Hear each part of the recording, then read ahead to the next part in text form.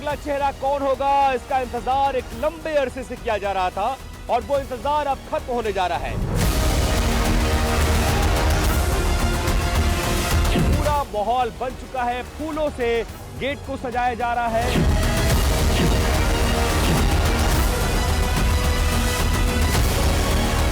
अध्यक्ष के लिए नाम चल रहा है, प्रदेश भाजपा अध्यक्ष के लिए क्या ये तो पार्टी तय करेगी।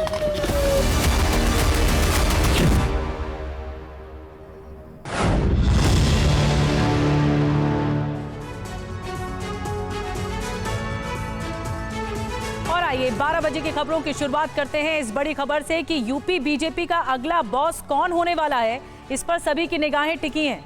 पंकज चौधरी का यूपी बीजेपी अध्यक्ष बनना तय बताया जा रहा है। बड़ी खबर से शुरुआत करें, आपको बता दें दिल्ली से लखनऊ के लिए निकल गए हैं पंकज चौधरी। पंकज चौधरी ने कहा है कि हर जिम्मेदारी मैं निभाऊंगा। लखनऊ में 2 से 3 बजे के बीच आज नॉमिनेशन का दिन है, नामांकन दाखिल किया जाएगा उनकी ओर से, जो जानकारी मिल रही है।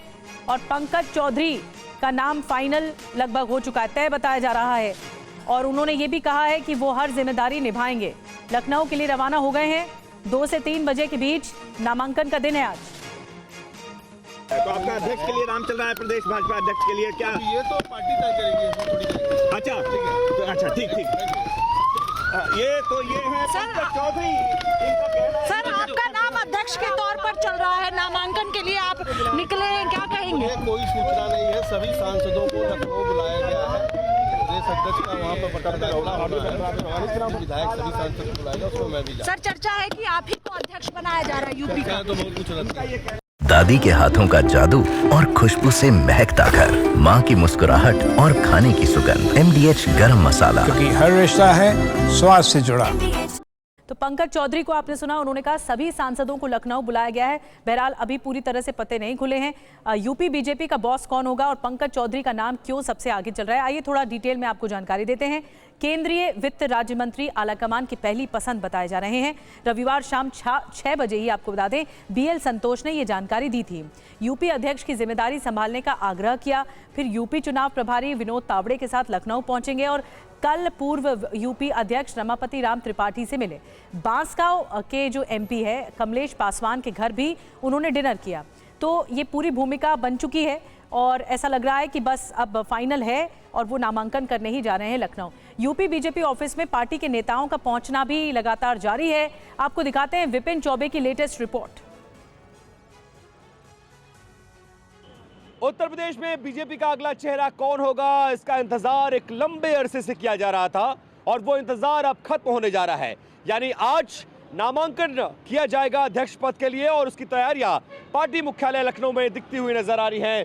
फूलों से गेट को सजाया जा रहा है और बड़े बड़े गमले इस तरह की गाड़ियों में देखिए रख कर लाया जा रहा है और पार्टी मुख्यालय को सजाया जा रहा है, क्योंकि आज जो भी चेहरा होगा जिसे नामांकन करना होगा वो आ रहा है। और इस चुनाव के लिए जो पर्यवेक्षक बनाए गए हैं, जो पदाधिकारी नियुक्त किए गए हैं, उसमें विनोद तावड़े, पीयूष गोयल भी हैं, वो भी यहाँ पर पहुंच रहे हैं और तैयारियां पार्टी मुख्यालय में चल रही है।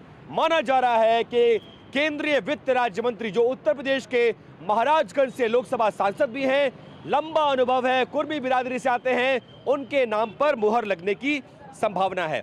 हम इस वक्त उत्तर प्रदेश की राजधानी लखनऊ में बीजेपी मुख्यालय के अंदर दाखिल हो चुके हैं और देखिए आज नामांकन है, चुनाव है, उसको लेकर पूरा माहौल बन चुका है। फूलों से गेट को सजाया जा रहा है, इसके अलावा गुब्बारे लगाए गए हैं तिरंगा कलर के और जो पदाधिकारी विनोद तावड़े, इसके अलावा पीयूष गोयल, CM योगी समेत जितने नेता हैं उनके कटआउट और पोस्टर्स भी आपको यहां पर नजर आएंगे। इकलौता व्यक्ति अगर नामांकन करेगा तो ये चुनाव निर्विरोध हो जाएगा और तैयारियां चल रही हैं।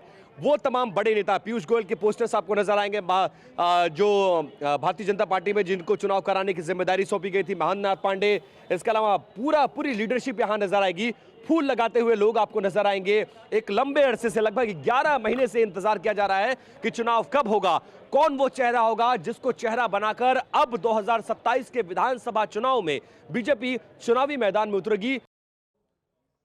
तो यूपी बीजेपी ऑफिस की तस्वीर दिखा रहे थे विपिन चौबे और पूरी तरह से सजाया जा रहा है। अब आपको बता दें यूपी बीजेपी मुख्यालय में हलचल बहुत तेज हो गई है। साध्वी निरंजन ज्योति भी पहुंच गई हैं वहां पर। साध्वी निरंजन ज्योति का नाम भी रेस में चल रहा है यूपी बीजेपी के अध्यक्ष के तौर पर। साध्वी निरंजन ज्योति भी यूपी में बीजेपी का OBC चेहरा है इस बात पर गौर किया जाना चाहिए। केशव प्रसाद मौर्य भी बीजेपी ऑफिस पहुंच चुके हैं। और हालांकि टीवी9 से बातचीत में साध्वी निरंजन ज्योति ने कहा कि मैं बीजेपी अध्यक्ष की रेस में नहीं हूं। साध्वी निरंजन ज्योति हमारे साथ हैं। मैम, आप पार्टी मुख्यालय आई हैं, क्या कहना चाहते हैं? जिन नामों का जिक्र है उसमें आपका भी नाम शामिल है। नहीं, मेरा घर है, मैं अपने घर में आई हूँ। अच्छा, ऐसी कोई संभावना, कोई कोऑर्डिनेशन आपसे किया गया है? नहीं, मुझे नहीं आप उस रेस में हैं? मुझे जानकर मैं किसी रेस में नहीं। क्या नामांकन करने वाली हैं मैं आप? किसी रेस में नहीं रहती। किसको शुभकामनाएं देंगे? किस चेहरे को, किस नाम को? जो आएगा उसको शुभकामनाएं देंगे। बस। तो अभी फिलहाल कुछ भी नहीं कहा साध्वी निरंजन ज्योति की ओर से। और यूपी में बीजेपी अध्यक्ष पद के लिए ओबीसी वर्ग के नेता पर दांव लगा सकती है बीजेपी, क्योंकि लोकसभा चुनाव में इसी वर्ग में बीजेपी को समर्थन घटा था। तो जब संसदीय चुनाव में ये समर्थन घटा तो इसीलिए इस पर ज्यादा फोकस है। ओबीसी वर्ग 2019 चुनावों में कुर्मी कोयरी वोट 80% बीजेपी को मिला था, लेकिन 2024 के चुनावों की बात करें लोकसभा की तो 61% तक घट गया था, 80% से 61% तक। 2019 चुनाव में अन्य ओबीसी वर्ग का 74% वोट बीजेपी को मिला था, लेकिन 2024 के चुनाव में ये घटकर 59% तक हो गया था। इसीलिए कयास ये लगाए जा रहे हैं कि बीजेपी ओबीसी चेहरे को तरजीह दे सकती है और इसी पर ही दांव लगाने की पूरी मंशा भी है। यूपी बीजेपी अध्यक्ष चुनाव के कुर्मी फैक्टर के बारे में भी आइए बात कर लेते हैं। ये देखिए कुर्मी फैक्टर का जो आंकड़ा है, साल 2024 के लोकसभा चुनाव में यूपी में समाजवादी पार्टी ने 12 सीट पर कुर्मी प्रत्याशी दिए, उनमें से 7 जीते। बीजेपी ने 5 सीटों पर प्रत्याशी दिए, उसमें से 3 जीते। वहीं अपना दल की बात करें तो 1 सीट पर कुर्मी प्रत्याशी दिया और उसने जीत दर्ज की। तो ये अलग अलग दलों की बात कर रहे हैं, एसपी, बीजेपी और अपना दल। तो अब बड़ी खबर यह है कि पंकज चौधरी के प्रस्तावक के तौर पर भी एक बड़ी खबर मिल रही है।